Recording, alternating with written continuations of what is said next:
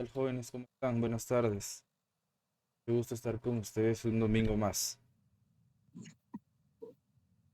Buenas Eh, tardes, Lick. Tal, ¿cómo está? ¿Se recuerdan en qué tema nos quedamos la última clase?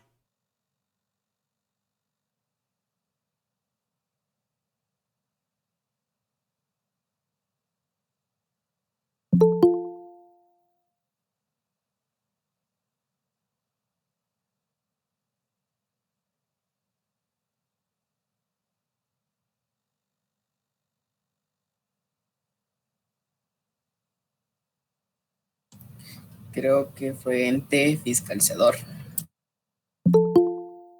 A ver.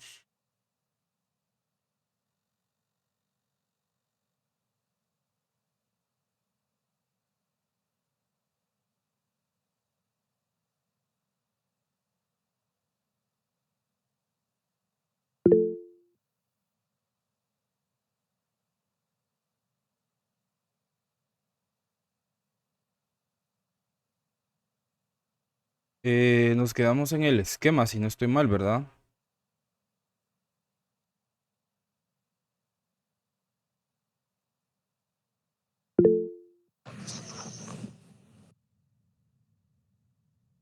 Vimos los gastos deducibles y no deducibles.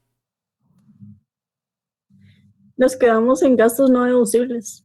Ok, perfecto.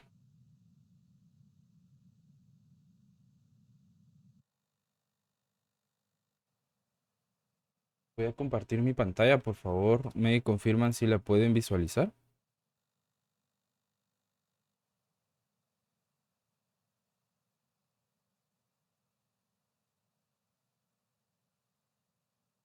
Sí, Lick. Sí, Lick. Bien, vamos a repasar un poquito para que entremos de nuevo en contexto de los temas que íbamos desarrollando. Bien, la clase anterior, por lo que me están recordando ustedes, nos quedamos en la terminología aplicable en la ley del impuesto sobre la renta, ¿verdad? Ya vimos el esquema de cómo funciona en términos generales el ISR en Guatemala, obteniendo los ingresos percibidos durante el año que son de la actividad económica principal o del giro del negocio, restándole las deducciones permitidas, que son nuestros gastos deducibles. Eso nos da como resultado nuestra renta neta o renta imponible, y a esa renta imponible o a esa renta neta se le aplica la tasa impositiva o el porcentaje del impuesto que la ley establece según el régimen en que la empresa esté inscrito, y eso nos da como resultado el impuesto sobre la renta a pagar. Ese es el esquema general. Luego vimos la terminología, que vimos qué significaba renta, que nos decía que era todo dinero que una persona o empresa gana por sus actividades como ventas, servicios o inversiones, y que debe ser reportado para el pago de impuestos correspondiente. Renta va a comprender todo ingreso de cualquier índole y de cualquier categoría de renta. La renta bruta ya es la renta específica que nosotros vamos a tomar en cuenta para restarle nuestras deducciones permitidas o nuestros gastos deducibles. Entonces acá en este diagrama esta sería nuestra renta bruta. ¿Por qué? Porque es el ingreso al que nosotros le vamos a quitar nuestras deducciones. Luego teníamos la renta exenta, que son ingresos que, aunque deben ser reportados, no se pagan impuestos por ellos porque la ley de actualización tributaria los excluye de la lista de ingresos grabados o ingresos afectos. Habíamos hablado de las donaciones y de las instituciones que por ley están exentas del pago de impuestos, que son los partidos políticos, iglesias, ONGs, asociaciones, universidades, las instituciones públicas, colegios y otras instituciones que ejerzan actividades que sean empresas o entidades no lucrativas, que no generen algún tipo de utilidad por el servicio o por la actividad que desarrolla. Luego habíamos visto los gastos deducibles, que los gastos deducibles los definimos en nuestro esquema, que la ley los define como que son los gastos que deben de ser útiles, necesarios, pertinentes, indispensables para producir o para generar el ingreso que va a estar afecto al pago del impuesto. Entonces, por ejemplo, si somos una fábrica, un gasto deducible van a ser nuestros costos de producción. Otro gasto deducible va a ser la mano de obra que interviene en el proceso de transformación de las materias primas para producir los bienes o los servicios que brindemos en nuestra empresa. Entonces, todo aquel gasto que contribuya a llevar a cabo un producto final y venderlo a nuestro cliente o a nuestro consumidor final va a ser parte de nuestro gasto deducible. Cosa contraria que los gastos deducibles son todos aquellos gastos que no aportan a la generación de ingreso. Tal vez generan algún tipo de ingreso, pero no del giro del negocio. Entonces, los gastos deducibles los definimos como que son los gastos que pueden ser restados de los ingresos para fines fiscales, que no pueden ser restados de los ingresos para fines fiscales y que no se consideran relacionados con la actividad. ¿A qué se me pasó?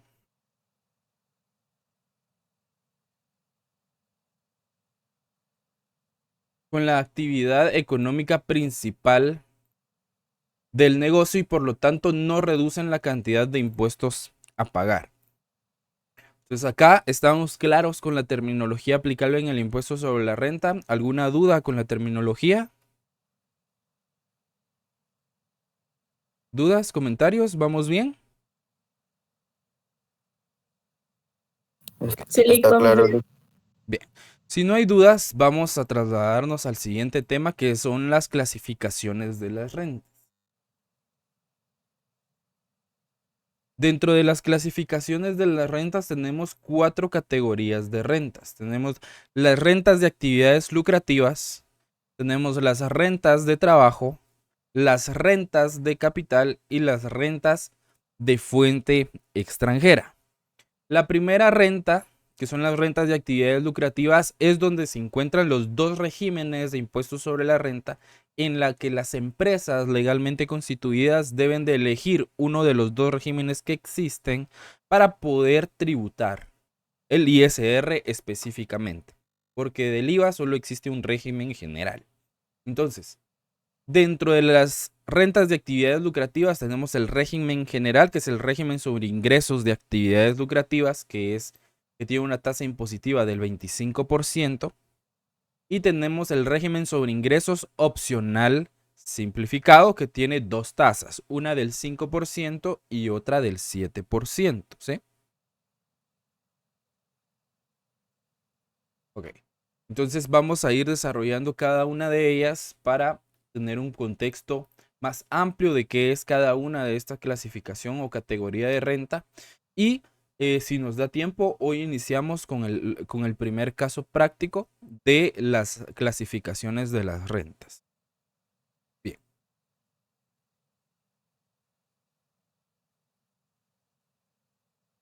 Ok. La primera categoría de renta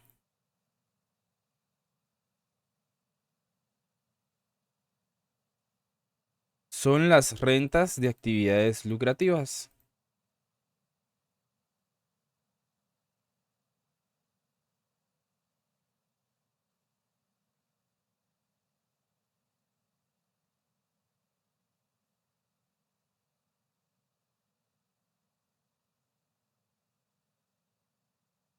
¿Sí? Dentro de las rentas de actividades lucrativas está el régimen general de actividades lucrativas. En este régimen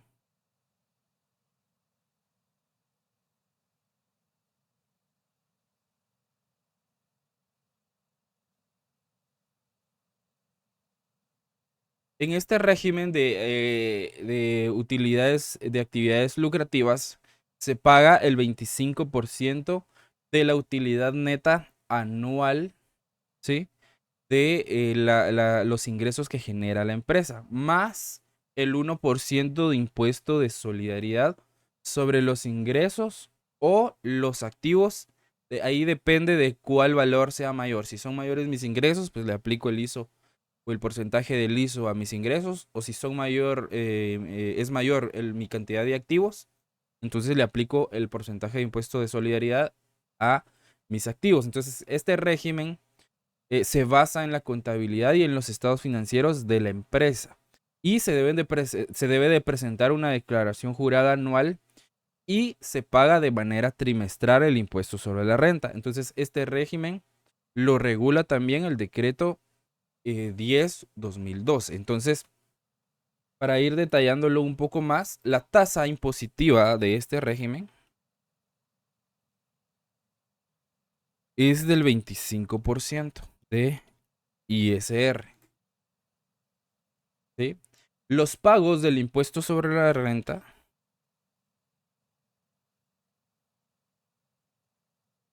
son trimestrales.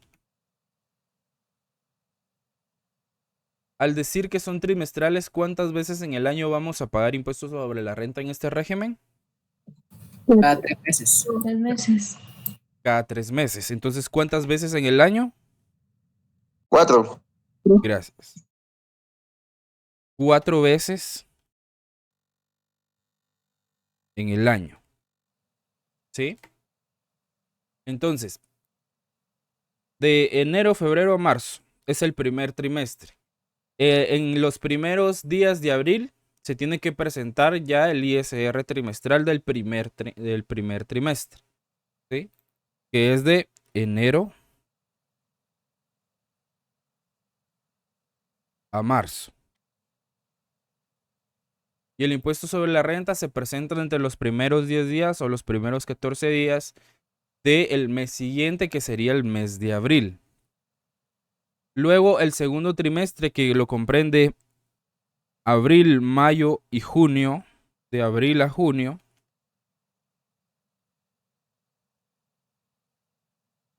en el mes de julio se tiene que presentar el ISR trimestral del segundo trimestre del año.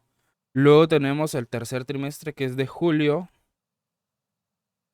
que comprende julio, agosto, septiembre, que en el mes de octubre se tiene que presentar el pago del impuesto del tercer trimestre del año. Y el pago del último trimestre, que lo comprende de octubre a diciembre, y comprende los 3 meses, octubre, noviembre y diciembre. Este último trimestre se presenta, tenemos del 1 de enero al 31 de marzo del siguiente año para poder presentarlo. ¿Por qué? Porque en el último pago se presenta la declaración jurada anual del impuesto sobre la renta, donde se presentan los datos anuales o los estados financieros anuales de la empresa, donde se detallan todos sus activos, sus pasivos, su patrimonio, sus ingresos, sus gastos. También hay un apartado para que el contribuyente detalle los impuestos que ya ha pagado, y ya el sistema de la SAT hace un cruce de información para ver si cuadra o no lo que ya pagaron conforme a la información que están presentando en la declaración jurada anual, y ahí automáticamente el sistema les hace el cálculo del pago del impuesto del último trimestre para poder pagarlo dentro de esos 3 meses. ¿Sí? Entonces, esa es la modalidad que se utiliza en el régimen de actividades lucrativas. Ahora, el otro régimen es el régimen opcional simplificado.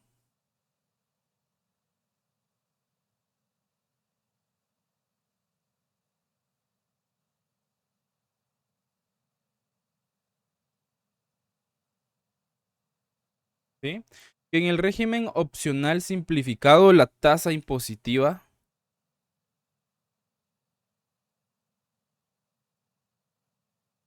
es del 5 y 7% de ISR. ¿Sí? El pago del régimen opcional simplificado del impuesto es mensual. Entonces acá no hay pierde. En el primer mes, que sería enero, en febrero yo tengo que pagar el impuesto correspondiente a ese mes. En marzo tengo que pagar el impuesto de febrero y así sucesivamente. Cuando llega el último mes, que es el mes de diciembre, igual que en la modalidad del régimen de actividades lucrativas, que es el de pagos trimestrales, tenemos de enero al 31 de marzo para poder presentar nuestro impuesto sobre la renta del régimen opcional simplificado también. ¿Por qué? Porque también se hace la presentación de la declaración jurada anual del impuesto sobre la renta. Entonces ahí se pone el detalle de todos los movimientos y transacciones que realizamos durante el año, que son que es la información que contiene nuestros estados financieros, y el sistema también nos hace los cálculos para determinar el monto de ISR que se debe pagar en el último mes, haciendo un check-in sobre los pagos mensuales que la empresa ya pagó anteriormente de enero a noviembre, ¿sí? Entonces, para las bases legales, para encontrar los regímenes de las rentas de actividades lucrativas, son los del artículo 15 al artículo 21 de la Ley de Actualización Tributaria. ¿Sí? ¿Estamos claros, jóvenes? ¿Alguna duda con los regímenes?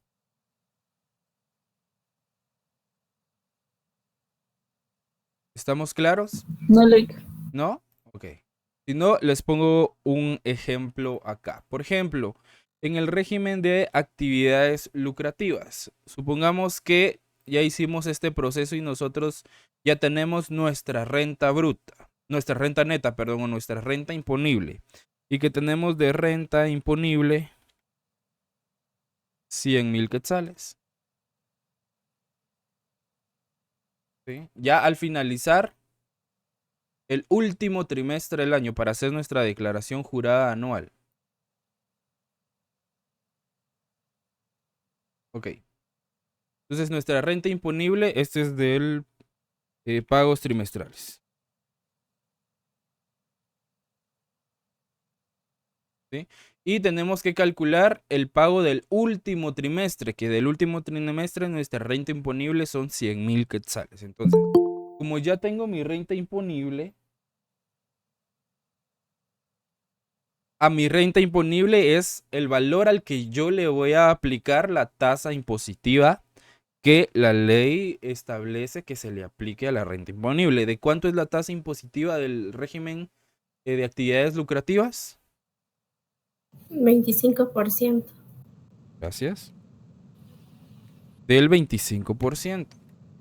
Entonces, al aplicarle yo la tasa del 25%, me da un valor de 25,000 quetzales de ISR a pagar. Entonces, este es el valor que yo voy a pagar de mi último trimestre. ¿Por qué? Porque acá ya tengo mi renta imponible. O sea que a mi renta bruta ya le resté mis gastos deducibles. Y como resultado obtuve los 100,000 quetzales de renta neta. ¿Sí? Y a la renta neta es el valor al que le aplico la tasa del impuesto que le corresponde. Y al aplicarle la tasa del impuesto que le corresponde, me da el valor de impuesto sobre la renta a pagar, que serían los 25. ¿Sí, Saray? Ay, perdón, Lick, solo una consulta. Dígame. A la renta imponible, que son 100,000, ¿se le quita el IVA o se le calcula con el IVA? Cuando nosotros ya tenemos los estados financieros, los valores ahí ya van con el IVA clasificado. O sea, esos ingresos ya no llevan el IVA. Ah, ok, gracias, Lick. Porque, por ejemplo, cuando nosotros estamos trabajando el libro diario, estamos ingresando la documentación de respaldo de nuestros ingresos y nuestros gastos, ya sea de forma manual o en un sistema contable, se hace la separación. Por ejemplo, si yo hago una partida para mis ventas, por ejemplo, hicimos una venta al contado. Si yo hago mi contabilidad de una venta al contado, yo la haría de la siguiente manera. Obviamente esto lo vamos a ir viendo más detalladamente más adelante y con clasificaciones de cuentas, con los principios de la partida doble para que aprendamos a hacer todo esto. Aquí solo para términos generales para la determinación del impuesto y para explicarles el ejemplo lo voy a poner de esta manera. Cuando yo registro una venta, entonces yo recibo el dinero en efectivo y utilizo la cuenta de caja o bancos, ¿sí? Digamos que fueron 112,000 quetzales. 112,000 quetzales fue el valor total de la venta. ¿Sí? Valor total venta. Esto tiene el IVA incluido. ¿Sí? Porque yo todo lo que vendo Y lo que compro ya tiene el IVA incluido. ¿Estamos claros ahí? ¿Van conmigo? Sí, Luis. Ok, entonces, cuando yo registro una venta, entonces mi registro de contable me queda de la siguiente manera. Si yo lo vendía en efectivo, recibe mi cuenta de caja o de bancos y registro la cuenta de ventas y la cuenta de IVA por pagar.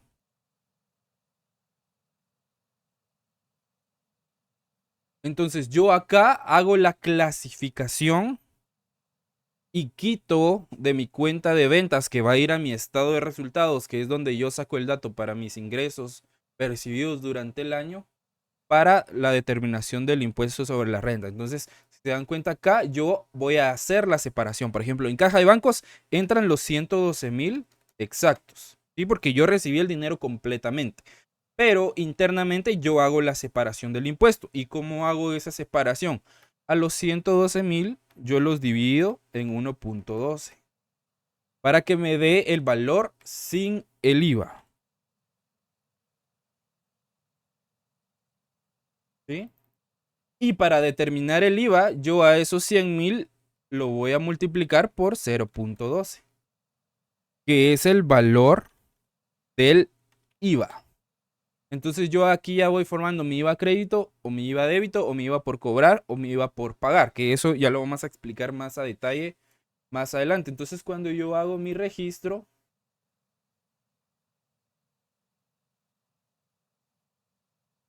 me cuadra mi registro con los 112,000 quetzales. ¿Sí? Entonces, esta cuenta es la que yo voy a utilizar. Digamos que este fue el único ingreso que yo tuve durante el año. ¿Sí? Y que ese ingreso no me generó gastos deducibles, sino que fue un ingreso limpio sin yo invertir nada.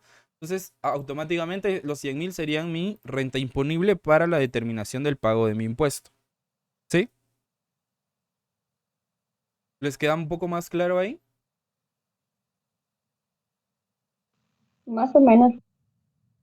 ¿Sí? ¿En dónde se me quedaron? ¿Sí, Luis? De los estados financieros en los ejercicios que vamos a hacer adelante, vamos a tomar los datos que representan la utilidad neta. Correcto. Que por ejemplo, un estado de resultados se desglosa de la siguiente manera. Tenemos los ingresos de actividades ordinarias, que van a ser los ingresos de la actividad económica principal. A los ingresos le vamos a restar el costo de ventas.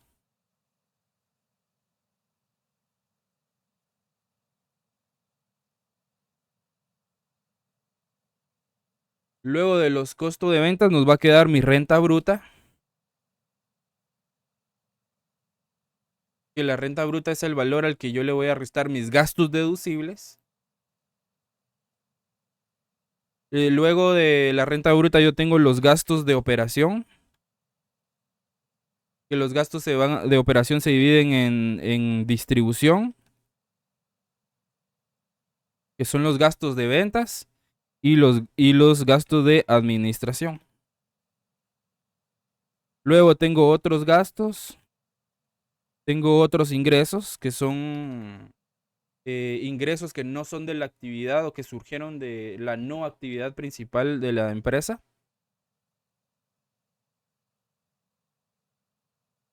Y luego yo tengo mi renta imponible.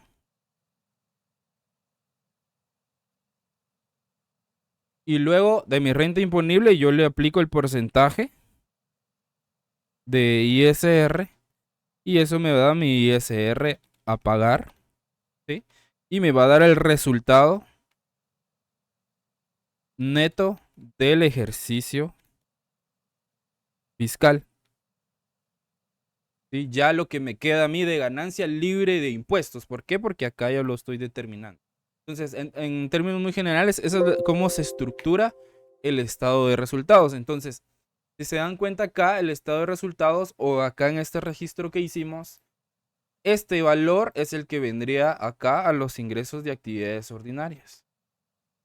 Y si se dan cuenta, este valor ya no tiene incluido el IVA porque se hace una separación. O sea, el IVA se le quita al valor de la venta, al valor del ingreso, Ese ingreso se clasifica en nuestro estado financiero, que es el estado de resultados, y todos los valores que están ahí ya no tienen el IVA incluido. Entonces, por lo tanto, ese impuesto, que es el IVA, ya no va cargado en esos valores y ya no hay que determinarlo.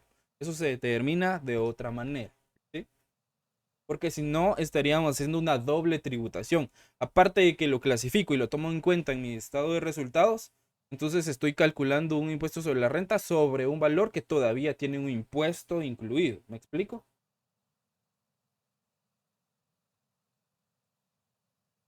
¿Les queda un poquito más claro ahí?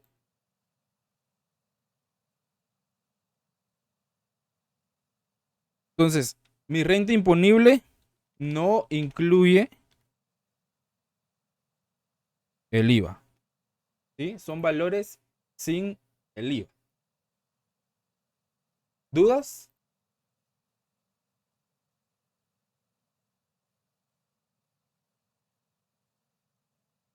¿Dudas, jóvenes?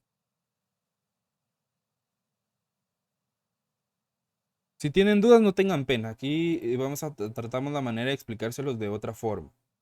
La idea es que ustedes puedan comprender el funcionamiento para la determinación y el pago del impuesto. ¿Sí? ¿Estamos un poco más claros?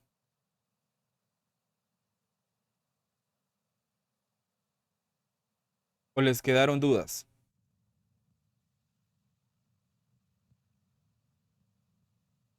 Bien. Como nadie dice nada, entiendo que les quedó un poco más claro. Ok. Para el régimen opcional simplificado, funciona de otra forma.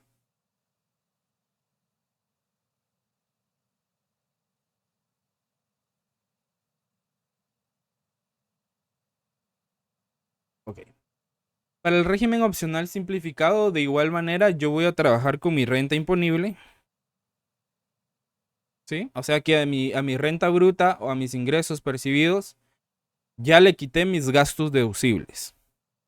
Entonces vamos a trabajar con el mismo ejemplo de los 100,000 quetzales. Ya tengo mi renta imponible de 100,000 quetzales. Ok. ¿Qué pasa con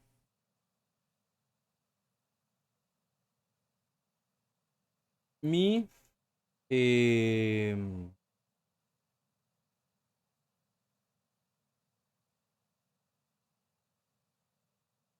¿Qué pasa con mi renta imponible? La ley me dice y me da esta tabla, ¿sí? En donde me describe los tipos impositivos para la determinación del pago del impuesto sobre la renta. Entonces, la ley me dice que en el régimen opcional simplificado, ¿sí? Si yo tengo una renta imponible entre el rango de 0,1 centavos a 30,000 quetzales, yo voy a pagar un 5% de impuesto sobre la renta, o yo le voy a aplicar la tasa del 5%, ¿sí?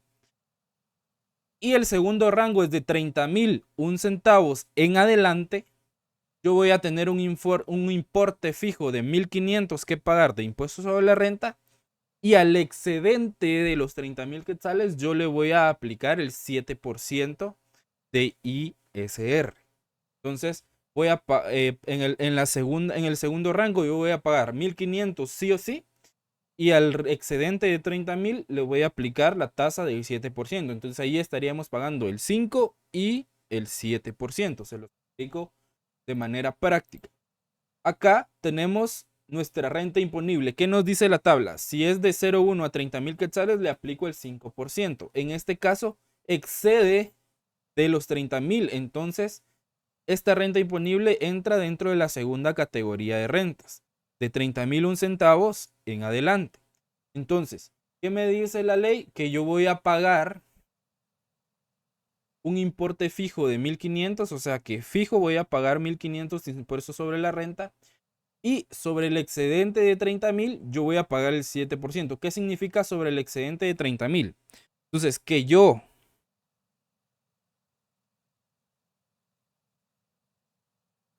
le voy a restar a mi renta imponible los 30,000 quetzales, ¿sí? Para determinar cuál es el excedente de 30,000, para saber a qué valor le voy a aplicar yo el 7%.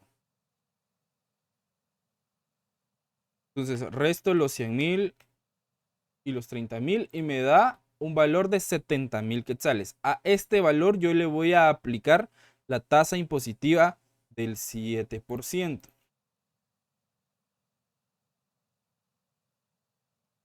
Entonces los 70.000 por el 7% me da un ISR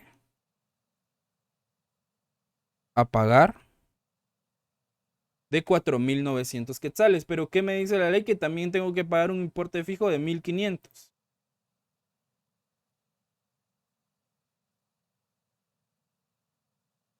Entonces a esos 4.900 yo le sumo los 4.900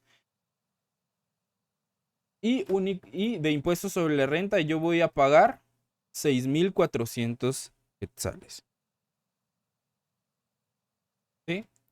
Entonces el importe fijo, si ustedes se dan cuenta, es si a los 30.000, que es el límite de la primera categoría, yo le aplico el 5%, me da los 1.500. Entonces significa que como las rentas que pasan de la primera categoría, su límite es 30.000, la ley me dice que sobre esos 30.000, de todas maneras, yo tengo que pagar el 5%, que se traducen en un importe fijo de 1.500, más el 7% de la resta de mi renta imponible menos el rango fijo, que serían los 30.000, y a ese excedente le voy a aplicar el 7%. Entonces, tengo el valor de impuestos sobre la renta que se le aplicó al excedente y tengo el importe fijo de impuestos sobre la renta que son los 1.500. Y de ISR yo voy a pagar 6.400 quetzales. ¿Sí? ¿Hay alguna duda acá? No, Lick. ¿No? ¿Estamos claros? Si tienen dudas, por favor, acá es el momento para hacer todas las consultas que consideren necesarias. No tengan pena de preguntar, para eso estamos acá, para poder explicarles los temas de la mejor manera posible. ¿Dudas, jóvenes? ¿Sí, Saray? Yo sí, perdona si hay tanta bulla aquí, pero No tenga pena. tenía una duda. Entonces, al final, cuando la venta es más de 30.000, se le agrega casi un 14%. No, son 12% lo que se paga. Porque es el 5 más el 7%. Ah, sí, ¿verdad? Entonces, al final serían 12%. Sí. Pero la determinación no se hace directamente aplicándole el 7%, aunque la renta imponible se pase. Porque debe de quedar detallado el procedimiento de que tengo un excedente de 30.000 o que mi renta imponible excede los 30.000 quetzales o sobrepasa los 30.000 quetzales. Ah, ok. Y los 1.500 siempre se aplica. Siempre se aplican una vez pase mi renta imponible de los 30.000. Por eso dice acá, si yo tengo una renta imponible de 30.001 centavos, ya al 1 centavo yo le aplico el 7% y pago fijos 1.500. Y después de esos 1.500 ya serían el 12%. El 7%. Si quiere hacemos otro ejemplo. Sí, gracias, Lick, perdone. Ok. Vamos a hacer un ejemplo solo del primer rango y después volvemos al segundo rango. Bien. Vamos a ir con el mismo ejemplo de la renta imponible de los 100.000. ¿Sí? Ok. Entonces, digamos que yo tengo una renta imponible de 25.000 quetzales. ¿Sí? Ese es el valor que yo determiné ya quitándole mis deducciones permitidas. Y a mi renta bruta yo le resté mis gastos deducibles y me dio como resultado una renta imponible de 25.000 quetzales. ¿Ok? Entonces, a este valor, que es mi renta imponible, según el diagrama que hicimos acá, yo le aplico el impuesto, el porcentaje que la ley me indica para determinar el impuesto a pagar. Entonces, veamos en qué rango se encuentra de 0,1 centavos a 30.000 quetzales. Entonces, como mi renta imponible es de 25.000, entra dentro de este rango. Entonces, ¿qué me dice la tabla? Que acá no tengo que pagar un importe fijo, pero sí le tengo que aplicar una tasa impositiva del 5%. Entonces, acá directamente yo le aplico la tasa impositiva del primer rango y me da como resultado de ISR a pagar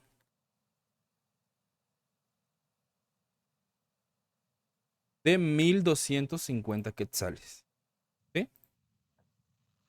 Acá Pero ¿y estamos qué hizo? claros. Lo dividió, Lo multipliqué. lo 25.000 por multiplicó el 5%. 5%. Ah, ok. Miren, les pongo acá la fórmula. Los 25.000 por el 5% nos dan los 1.000. ¿Sí? Eso sería para la renta imponible. Así como Esto en ese es caso para sí la quedaría, ¿verdad? determinación del ISR a pagar. ¿Sí, Martín? Sí, como en ese caso solo así quedaría porque no superó la cantidad establecida. Correcto, acá no superó los 30.000 quetzales, por lo tanto únicamente se va a pagar el 5% de impuesto sobre la renta. ¿Sí? ¿Y ¿Estamos si claros se ahí? pasara? Sí, sí, sí, Ahora gracias. vamos al ejemplo. Si se pasa, como en el ejemplo que trabajamos acá arriba, si tenemos después de a nuestra renta bruta le restamos nuestros gastos deducibles o nuestras deducciones permitidas y nos da como resultado una renta imponible, por ejemplo, de 35.000 quetzales, ¿sí? Ya no entra dentro de la primera categoría. ¿Por qué? Porque sobrepasa los 30.000, que es el límite del primer rango, ¿sí? Entonces, ¿qué me dice el segundo rango? Que es de 30.001 centavos en adelante. ¿Entra dentro de la segunda categoría? Sí, porque se excede de los 30.000. Entonces, ¿qué me dice la ley cuando me excedo de los 30.000 quetzales en mi renta imponible? Que yo tengo que pagar fijos 1.500 quetzales, ¿sí? Que es como que si yo le estuviera aplicando a 30.000 quetzales el 5%, que son 1.500, y a la diferencia o al exceso o a lo que se me sobrepasa de los 30.000 quetzales, yo le voy a aplicar el 7%. Entonces, a mi renta imponible, para determinar, yo tengo acá primero mi importe fijo. Y yo tengo que pagar de ISR, que son 1.500 quetzales. ¿Sí? Esto, media vez supere los 30.000, yo los tengo que pagar sí o sí. Ok. Entonces, para determinar a qué valor yo le voy a aplicar el otro porcentaje, que es el 7%, yo a mi renta imponible le tengo que restar los 30.000 quetzales, que es del rango fijo. ¿Sí?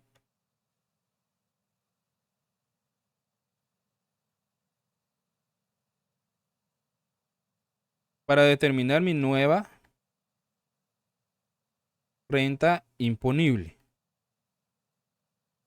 Entonces, a los 35.000 quetzales, yo le resto los 30.000, me da un valor de 5.000 quetzales. ¿Van conmigo acá? Sí, ¿Sí? Ok. Lili, Entonces, esta va a ser mi nueva renta imponible a la que yo le voy a aplicar la tasa del segundo rango de ISR, que es el 7%. ¿Sí? Entonces, de ISR me da un valor de 5.000 por el 7% de 350. ¿Sí? Pero como yo tengo que pagar un importe fijo porque me excedí de los 30.000 quetzales, entonces ese ISR que yo determiné con mi nueva renta imponible, le tengo que sumar el importe fijo que la ley establece por haberme excedido de los 30.000. Entonces, en mi ISR a pagar van a ser los 350 más los 1.500 que yo tengo de importe fijo de ISR que pagar.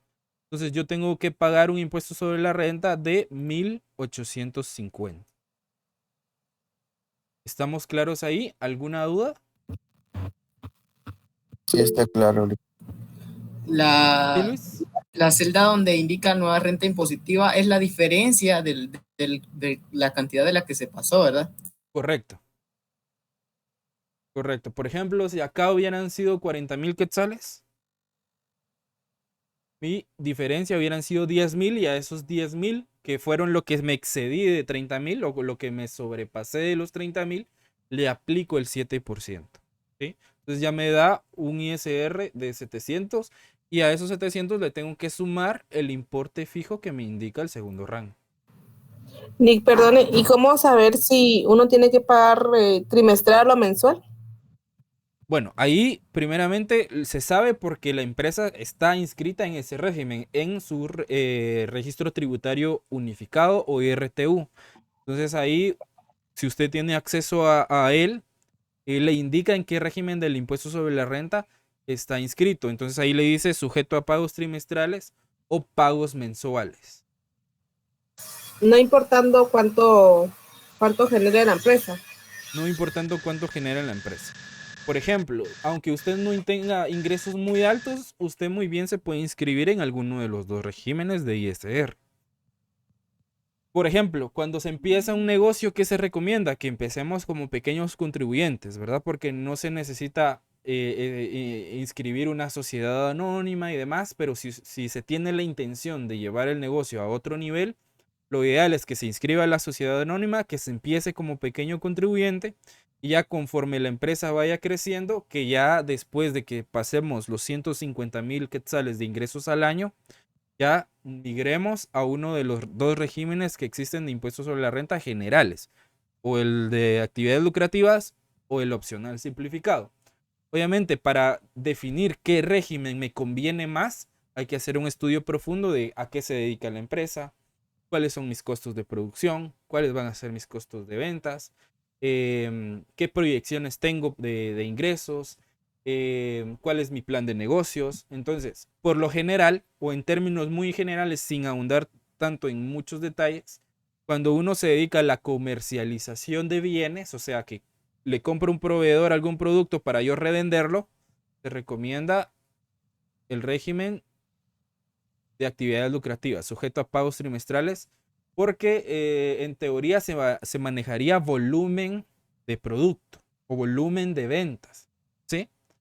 Entonces, lo que hace el volumen es que en teoría tendríamos que pagar menos a grandes rasgos de impuestos sobre la renta y tenemos otras deducciones como el impuesto de solidaridad que nos ayudan a rebajar de manera legal nuestro impuesto sobre la renta.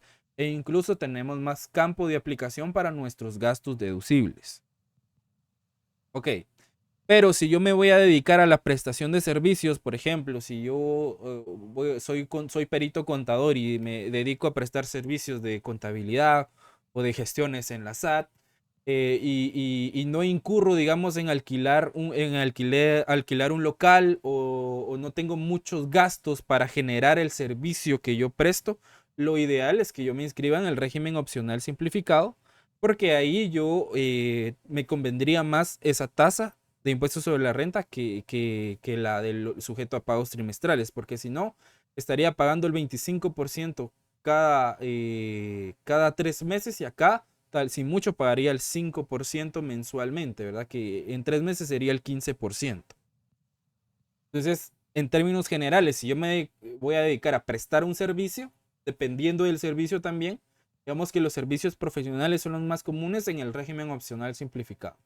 Si yo me voy a dedicar a comercializar o me voy a dedicar a un servicio que tiene mucha amplitud, digamos, los servicios de buses escolares, por ejemplo. Si yo voy a prestar el servicio de bus escolar y tengo bastantes buses trabajando y tengo un ingreso bastante alto, mejor en el sujeto a pagos trimestrales, porque le convendría más a grandes rasgos a la empresa estar en ese régimen inscrito.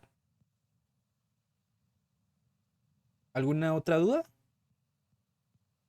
Y con lo del rango fijo, siempre va a ser 30.000, o depende. Siempre va a ser 30.000. Acá únicamente que modifiquen la ley se cambiaría. Está bien. Por ejemplo, si no estoy mal, hace 1 año o 2 años aproximadamente, el Congreso quiso proponer otra reforma tributaria, porque este rango está a partir del año 2015, ¿sí? Antes habían más rangos que llegaban del 5 al 31% de impuestos sobre la renta, habían más rangos. Si no estoy mal, habían 3 rangos más. Pero al hacerse una actualización o una reforma tributaria, se redujeron de 4 regímenes de impuestos sobre la renta que existían, se redujeron a 2 y quedaron con estas tasas impositivas, el régimen opcional simplificado. Y el de pagos trimestrales era el 31% cada 3 meses, ahora es el 25% cada 3 meses. Y el opcional simplificado tenía un rango que iba del 5% al 31%, también con rangos de 1 a 30.000, de 30.000 a 100.000, de 100.000 a 300.000 y de 300.000 en adelante. Y así iban cambiando las tasas impositivas. Esto simplificó un poco más la determinación del impuesto sobre la renta al tener únicamente 2 opciones, ¿verdad? Porque lo que quería la superintendencia era hacer más efectiva la recaudación de impuestos y que no hubieran tantos regímenes en los que los contribuyentes tuvieran que elegir para ver qué estrategias utilizar para la reducción del impago sobre la renta, porque su meta es recaudar la mayor cantidad de impuesto posible, ¿verdad? Entonces, reducirlo le ayuda a la superintendencia a tener más controlado en ese sentido la recaudación. Ok. Hace 1 año, 2 años, habían propuesto una reforma tributaria en la que el IVA iba a incrementar a un 13 o un 14%. Y actualmente es el 12%. Y que únicamente iba a quedar un régimen de impuestos sobre la renta que iba a ser el de pagos trimestrales, pero que se iban a pagar, si no estoy mal, entre el 31 y 40% cada 3 meses. Entonces eso iba a aumentar la carga tributaria para los empresarios, iba a afectar aún más a los que estaban inscritos en el régimen opcional simplificado, porque les iba a aumentar considerablemente la tasa impositiva que ellos venían aplicando.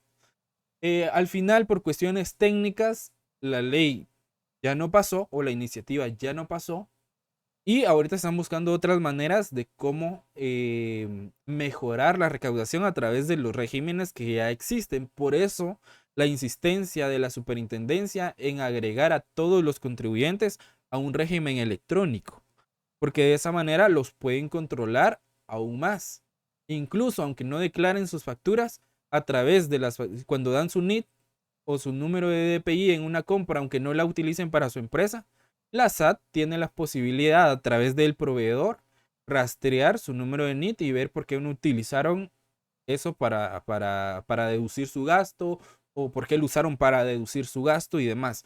Entonces, por eso la insistencia de la obligación a los contribuyentes para incluirse dentro de los regímenes electrónicos que existen, ¿verdad? Que ahora ya es obligatorio que todos emitan factura electrónica de cualquier tipo. Únicamente algunos que puedan justificar de alguna manera emitir alguna factura física tienen que pedir su autorización correspondiente. De lo contrario, todos ya tienen que estar en un régimen electrónico, incluyendo los pequeños contribuyentes. ¿Alguna otra duda, jóvenes?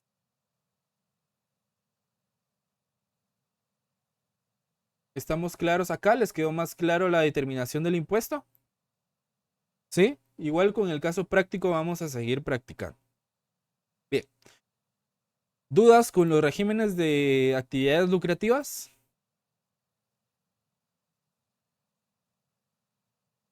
Ok. La segunda clasificación de la renta son las rentas de trabajo.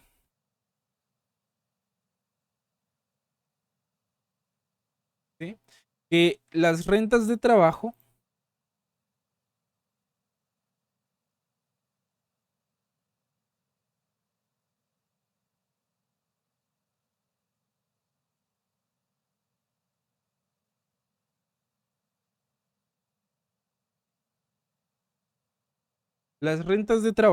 su base legal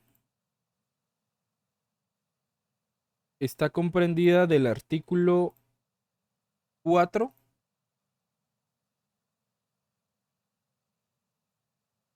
al artículo 9 de la ley de actualización tributaria. ¿Sí? Del artículo 4 al artículo 9 nos va a hablar en el artículo 4 de las rentas de trabajo, de qué la ley considera como rentas de trabajo, que por ejemplo nos indica que van a ser las que se obtengan por la prestación de algún servicio personal, ya sea en relación de dependencia o por cuenta propia.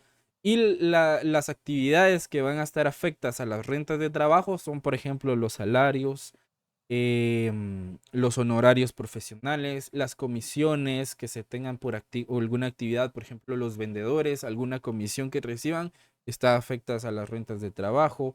Por ejemplo, los congresistas o los funcionarios públicos que reciben un pago llamado dietas, que son como un pago por la representación de la institución pública. Esas dietas están afectas al pago de rentas de trabajo. Las pensiones están afectas al pago de las rentas de trabajo, las jubilaciones, las indemnizaciones, entre otros gastos o ingresos están afectos o entran dentro de la categoría de rentas de trabajo. Así como hay categorías que están afectas o entran dentro de esta categoría, también hay algunas que están exentas de impuestos, como el pago de las prestaciones del IX, que es otra categoría. Si tienen alguna beca de estudios, esas becas están exentas del pago de rentas de trabajo. Por ejemplo, si ustedes pagan algún seguro de vida o algún seguro de su vehículo, están exentas del pago de las rentas de trabajo. También hay algunas deducciones personales que se pueden incluir, que venían siendo como los gastos deducibles, pero específicamente para las rentas de trabajo, que hay una deducción fija de 48,000 quetzales. Está la deducción que nos permite la ley a través de la planilla del IVA, que su límite es hasta 12,000 quetzales. Están los seguros, las cuotas del IX, nuestras prestaciones laborales como el aguinaldo y bono 14 y algún otro bono que las empresas les otorgue adicionalmente al bono 14 y al aguinaldo, que están exentas o son deducciones que se pueden restar de nuestra renta imponible para rebajar el impuesto sobre la renta que debemos de pagar. Los créditos hipotecarios también se pueden deducir de las rentas de trabajo.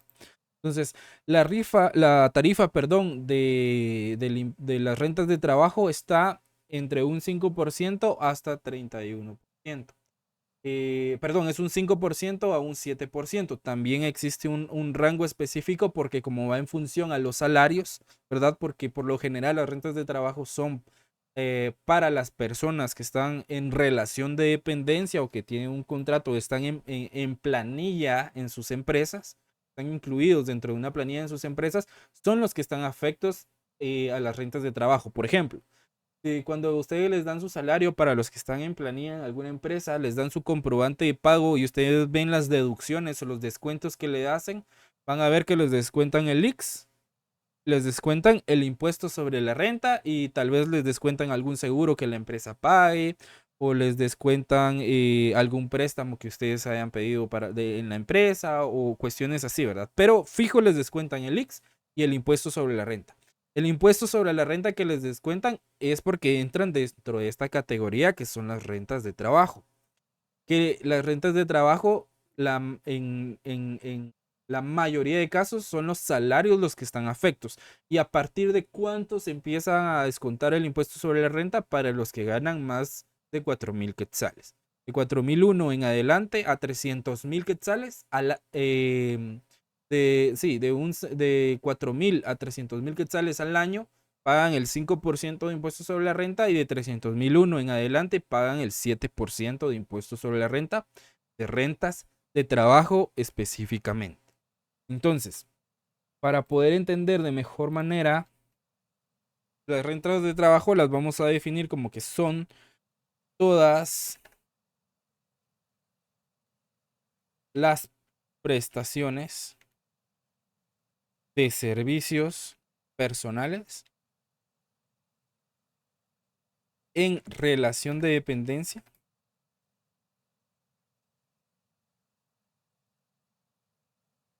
o por cuenta propia.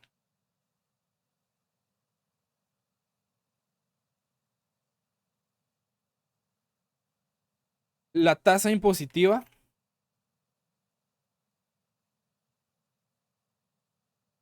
de ISR es del 5% y 7%. Solo que acá las categorías o los rangos son distintos, porque cuando se determina el impuesto sobre la renta, cuando uno está en relación de dependencia, se hace al inicio de cada año una proyección del salario, ¿sí?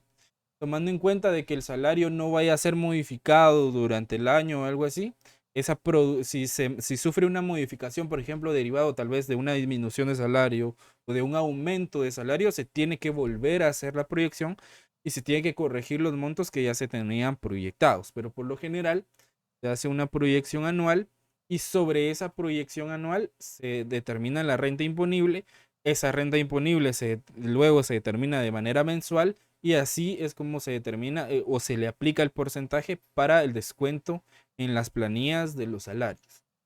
También vamos a ver un caso práctico específico. Entonces, esto para explicarlo en la práctica lo vamos a dejar más adelante para que lo podamos entender de mejor manera. Ahorita con que me logren comprender la teoría, estamos más que hechos porque la teoría la vamos a aplicar en la práctica. ¿Alguna duda de las rentas de trabajo? Acá el ejemplo más claro de la renta de trabajo son los salarios. Y si nosotros, como la ley también nos dice que por cuenta propia, si trabajamos por cuenta propia cuando recibimos honorarios, también están afectos a esas rentas de trabajo.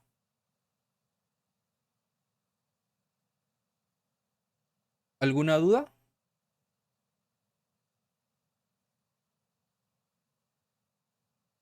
¿Estamos claros acá? Ok. La siguiente categoría o clasificación de renta son las rentas de capital.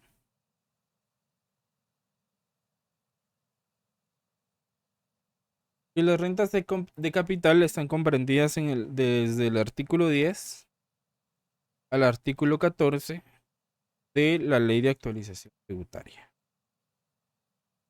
¿Sí? Y las rentas de capital las vamos a definir de la siguiente manera, que van a ser o son todas las que se obtienen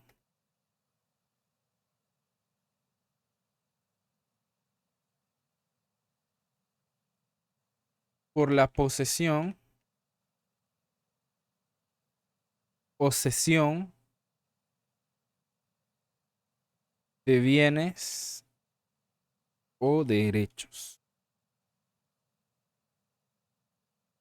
Como por ejemplo los intereses que generan las cuentas bancarias. Esos intereses entran dentro de la categoría de rentas de capital y nos cobran una tasa impositiva específica que es del 10% sobre el valor de esos intereses. Por ejemplo, si ustedes tienen una cuenta de ahorro, se darán cuenta que cuando ustedes lo dejan ahí, el saldo que tienen estático por algún tiempo o lo están depositando constantemente, cuando ustedes van a actualizar su libreta o ven su estado de cuenta, les aparece un pequeño depósito a cuenta de intereses. Y al final después les aparece un descuento de esos intereses. Ese descuento, esos intereses son una renta de capital o son una ganancia de capital. Y sobre esa ganancia de capital entra dentro de esta categoría de renta de capital y le aplican un porcentaje del 10% de impuestos sobre la renta. El banco se los descuenta y el banco es el encargado de pagar ese 10% a la superintendencia administrativa. Entonces, ese es uno de los ejemplos más claros que existe de las rentas de capital. O por ejemplo, si yo tengo una librería, pero aparte dentro de los activos de mi librería o dentro de los bienes de la librería, yo tengo un terreno.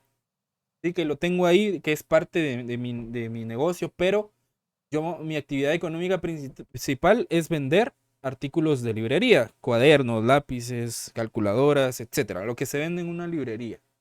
Ok, pero por situaciones yo necesito efectivo y quiero vender ese terreno para poder tener efectivo para que el negocio pueda seguir funcionando.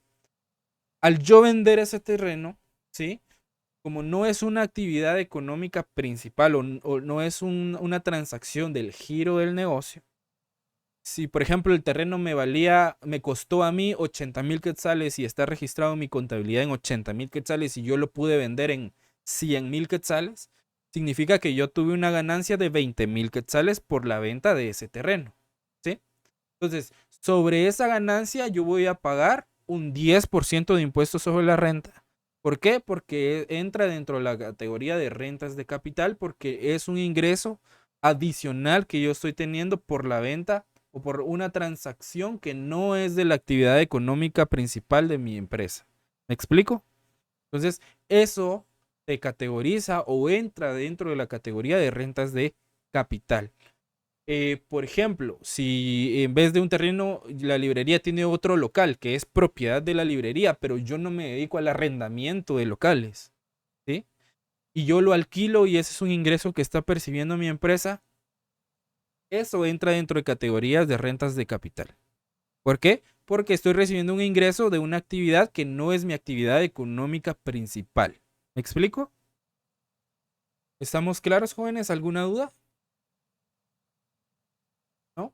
Por ejemplo, ahorita me viene un ejemplo acá en las rentas de capital que se está dando mucho en las empresas y algunas empresas lo hacen para evitarse también los pasivos laborales de una manera legal. Es que ya no los contratan por planilla, sino que en el contrato dice que me van a facturar su servicio. Si usted se tiene que, para trabajar con nosotros, se tiene o debe de inscribir como pequeño contribuyente o debe estar inscrito en alguno de los regímenes de impuestos sobre la renta, pero me va a facturar el servicio. Entonces, por ejemplo, si yo le voy a pagar 3,000 quetzales mensuales, por decirle algo, yo no lo voy a incluir en planilla. Usted me tiene que facturar esos 3,000 quetzales. Y yo, como soy buen empresario, le voy a absorber el pago del impuesto. El impuesto yo se lo pago, pero realmente se lo van a descontar de todas maneras, ¿verdad? Entonces, es una estrategia porque se evitan, si en un momento uno es despedido o uno renuncia, uno no puede solicitar indemnización, no puede solicitar sus prestaciones laborales. ¿Por qué? Porque como tal no existió una relación laboral, porque no los incluyeron como planilla, no les descontaban el IX, etcétera, ¿verdad? Tal vez le daban una prestación en vez del aguinaldo y en vez del bono 14, que tal vez la definían como bono de productividad o algún otro nombre, pero es una estrategia para evitarse esos pasivos laborales. Y si en algún caso son despedidos o renuncian, la empresa no tener esa obligación de pagar indemnizaciones o prestaciones laborales, ¿verdad? Entonces, de esa manera se evitan tener contingencias en el futuro o demandas laborales por el no pago de prestaciones, por ejemplo, ¿verdad? Que es una estrategia ahora bastante común. ¿Alguien iba a hacer alguna pregunta? ¿No? ¿Estamos claros acá?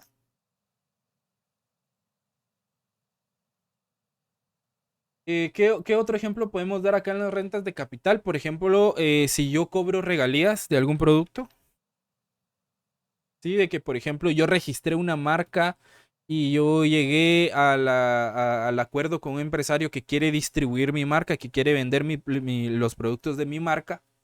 Y como yo tengo los derechos de la marca, porque soy el propietario de la marca, tengo el registro y yo le doy la autorización, pero por cada producto vendido me tiene que dar cierto porcentaje de la venta. Por ejemplo, me tiene que dar el 10% de la venta de cada producto vendido.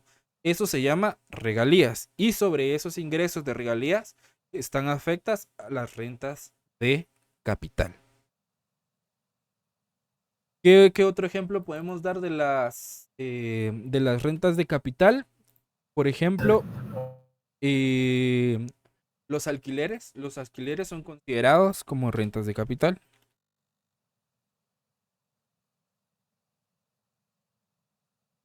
La venta de activos o de bienes son consideradas rentas de capital. ¿Sí? Y la tasa impositiva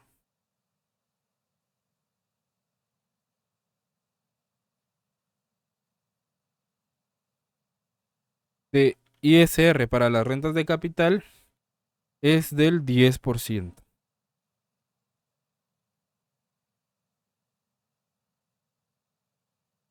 ¿Estamos claros? ¿Alguna duda con las rentas de capital?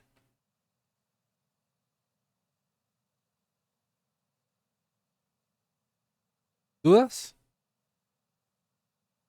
Ok, dentro de las rentas de capital hay un concepto que se maneja mucho acá, que son las ganancias de capital, que son sinónimos de rentas de capital. Y las ganancias de capital son las que uno obtiene por la venta o por la transferencia de bienes o de derechos, ¿sí? Como la venta de propiedades, la venta de acciones, la venta de bonos de inversión y algunas otras. Entonces, esas como tal se consideran ganancias de capital y se calculan restando el valor en libros, o sea, el valor que se tiene registrado en la contabilidad del bien que se va a vender o se va a transferir, y el valor de la venta que yo voy a realizar. Entonces, la diferencia, si yo obtengo una ganancia, esa ganancia va a estar afecta al pago de impuesto sobre la categoría de rentas de capital. Y su término específico es que yo obtuve una ganancia de capital. ¿Alguna duda, jóvenes? ¿Estamos claros con las rentas de capital?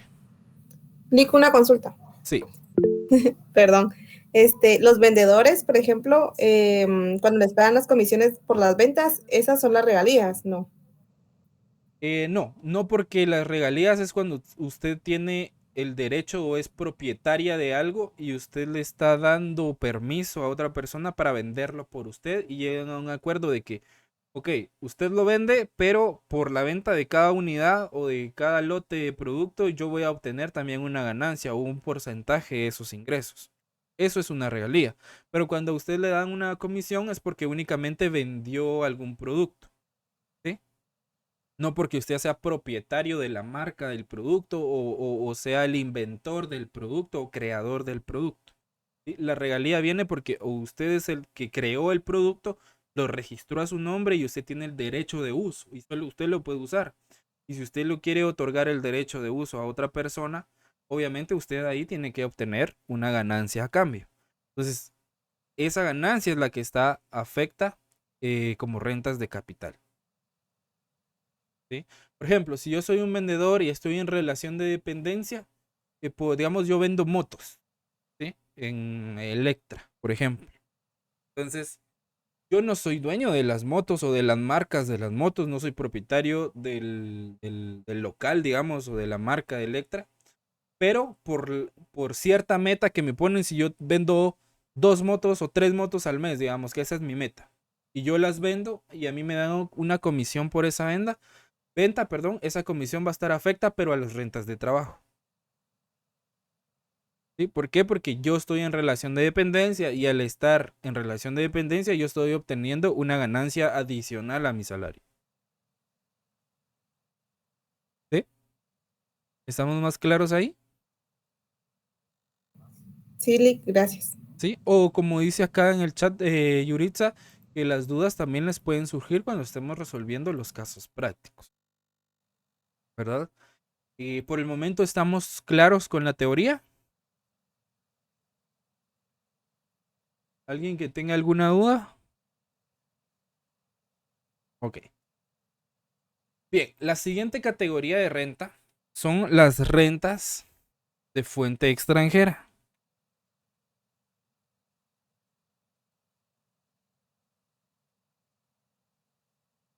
Las rentas de fuente extranjera están comprendidas del artículo 15 al artículo 21 de la Ley de Actualización Tributaria.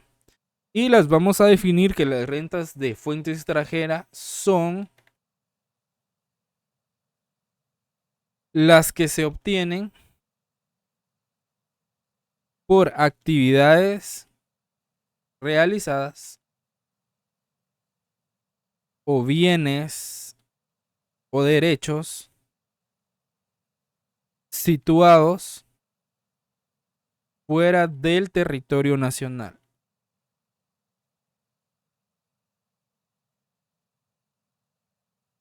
Por ejemplo, si trabajamos para una empresa extranjera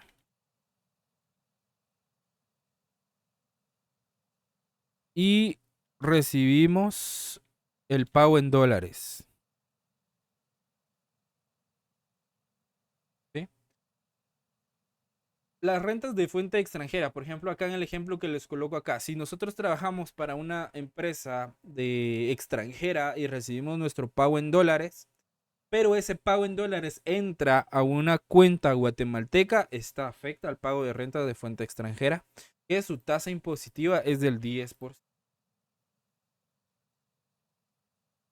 O por ejemplo, yo tengo una propiedad en Estados Unidos y yo la estoy alquilando, pero yo vivo acá en Guatemala y el dinero del alquiler me lo depositan acá en una cuenta guatemalteca o dentro del territorio nacional. Ese ingreso está afecto a las rentas de fuente extranjera. ¿Sí? Media vez el contribuyente está legalmente constituido, ¿verdad? No significa que aunque yo tenga una propiedad allá, pero si yo no estoy registrado en un régimen de la renta, pues ahí sería como un negocio informal. ¿Sí?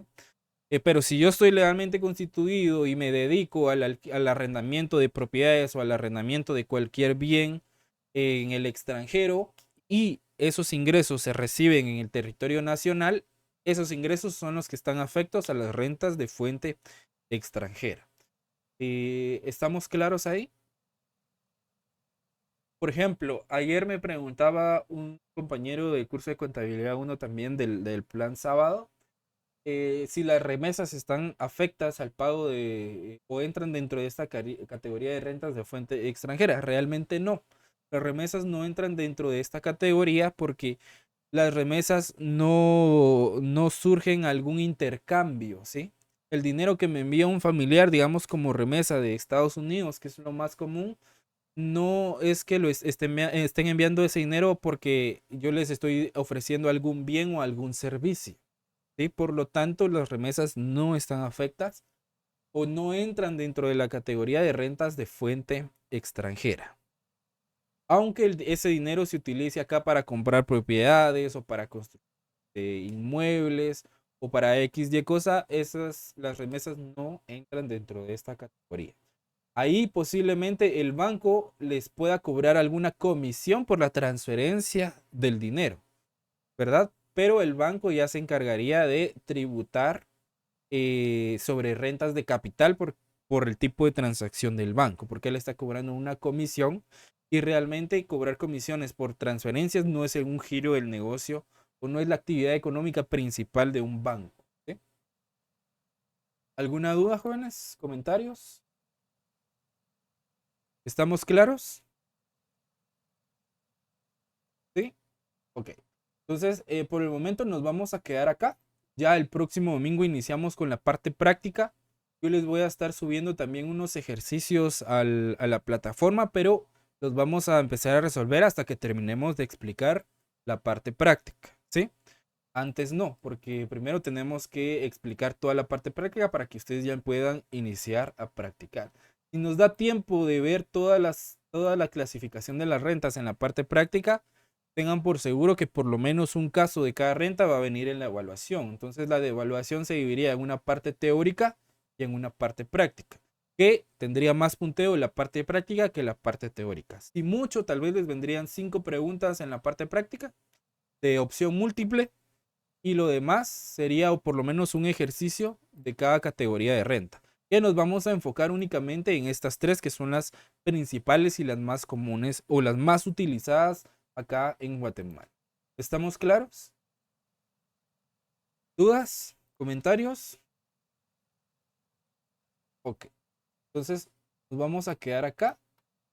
En un ratito les envío la captura del contenido que desarrollamos el día de hoy para que ustedes ya lo tengan. Igual al finalizar voy a tratar de la manera de colocárselos en un PDF para que ustedes lo tengan completo, ¿verdad? Y que no solo lo tengan en imagen. Entonces, de todas maneras se les va a proporcionar el material para que ustedes puedan estudiarlo. Entonces, solo para los que aún no tienen activa su cámara, que puedan activarla un momento, por favor, para tomar la última captura de pantalla para la asistencia. Ok, entonces a la cuenta de 3, por favor, me regalan una sonrisa para sus cámaras. A la 1, a las 2 y a las 3. Ahí estamos, jóvenes. Muchísimas gracias. Un gusto haber estado con ustedes un domingo más. Y si Dios quiere, nos vemos el próximo domingo. Que tengan feliz tarde. Un gusto saludarles. Gracias. Feliz tarde. Feliz tarde. Feliz tarde.